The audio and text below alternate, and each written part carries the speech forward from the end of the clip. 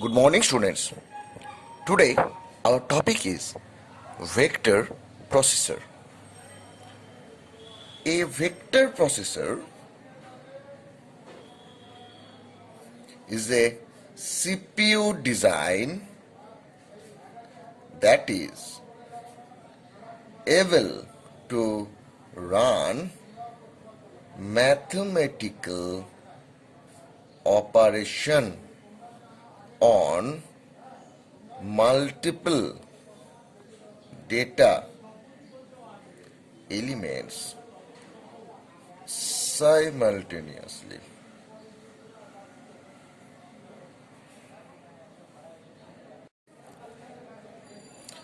Now, take an example. Suppose the following instruction equal to C equal to A plus B.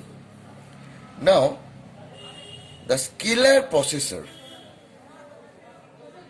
will tell the machine that add the content of A to the contents of B and put the sum in C.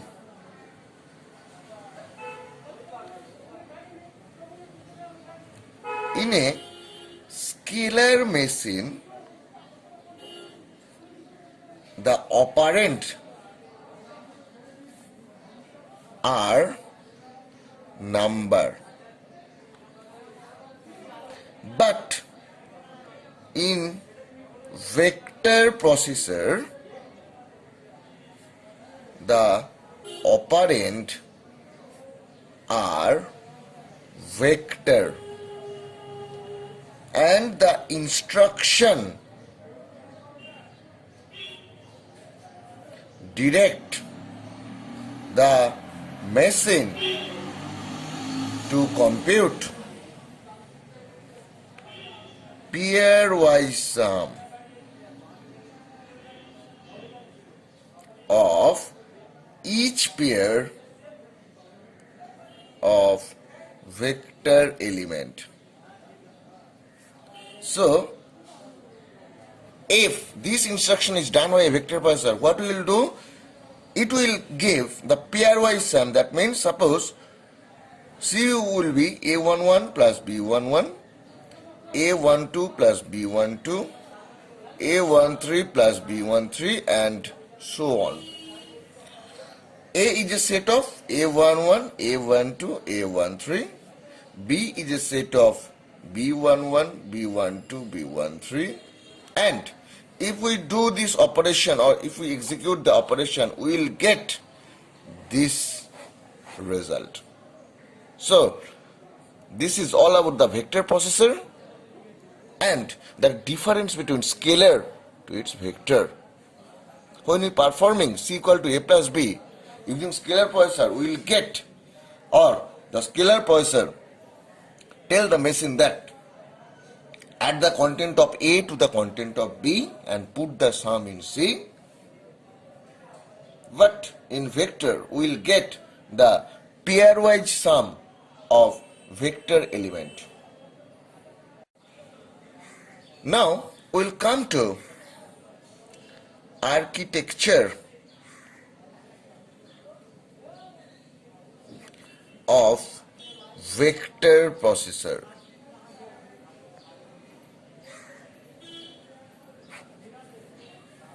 So,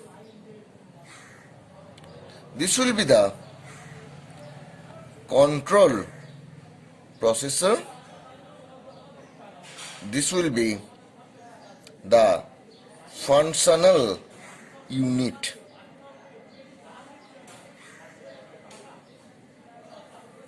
Now, the vector register are stored in this register A1, B1 and C1. These are called vector register. In similar way, it will be A2, V2 and C2 and this is our A3, B3 and C3, and they will store the result in memory system. So this is the architecture of vector processor.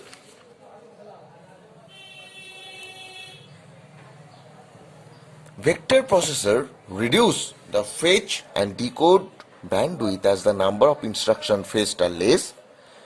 They also exploit data parallelism in large scientific and multimedia application. And here we have seen the architecture of vector processor. Here the functional unit will perform and the data will be fetched from here and it will store the result in memory system. That is the architecture of vector processor. Next topic is architecture of vector instruction.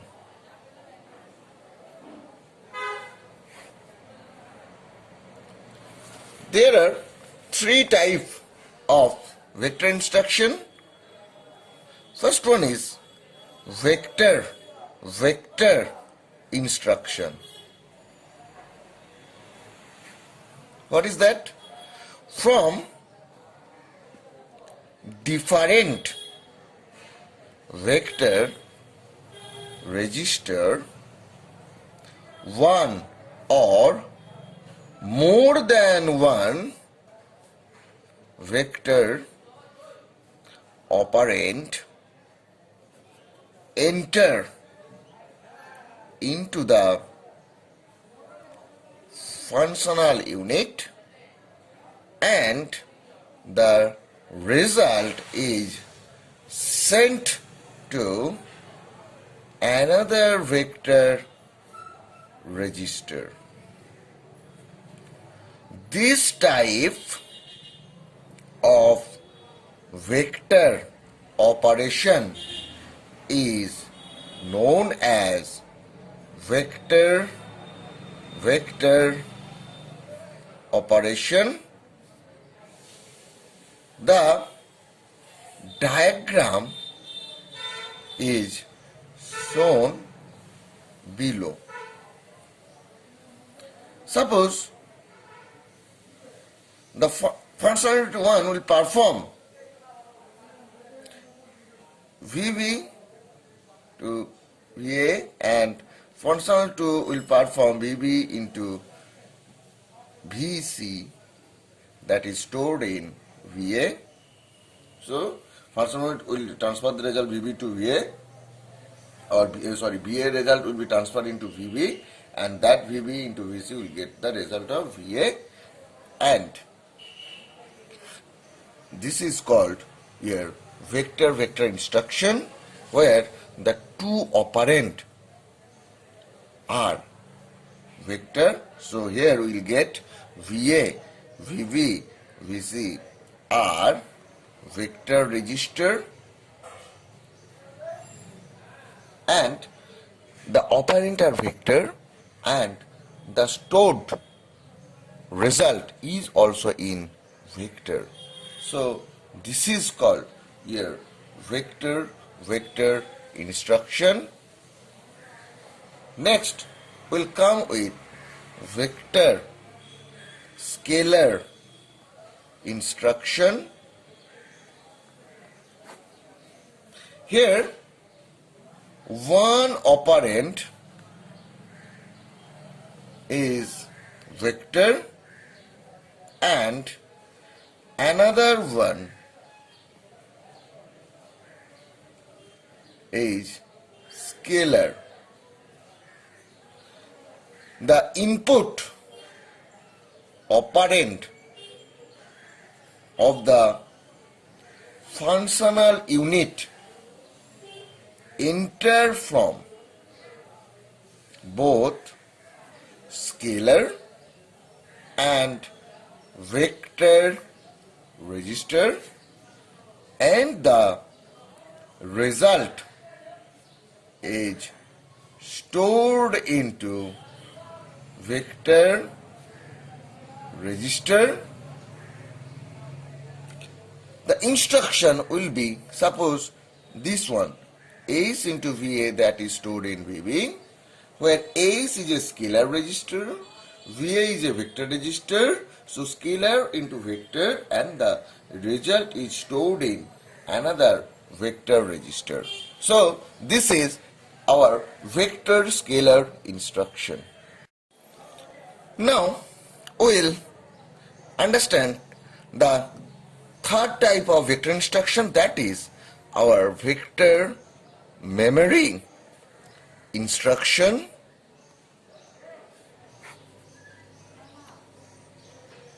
It can be defined as vector load or vector store operation between vector register and memory.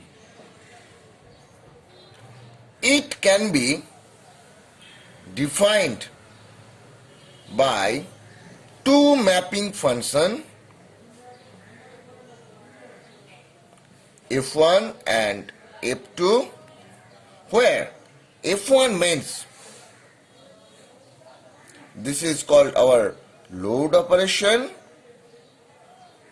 and there is another function that is, it is called stored operation. So that means the vector will be loaded into memory. Load means when we are copying some data, or when we are copying the data from memory into vector, that is called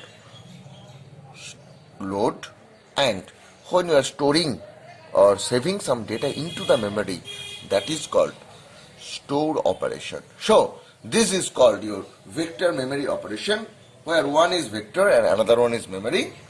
Now the time comes to conclude our today's lecture.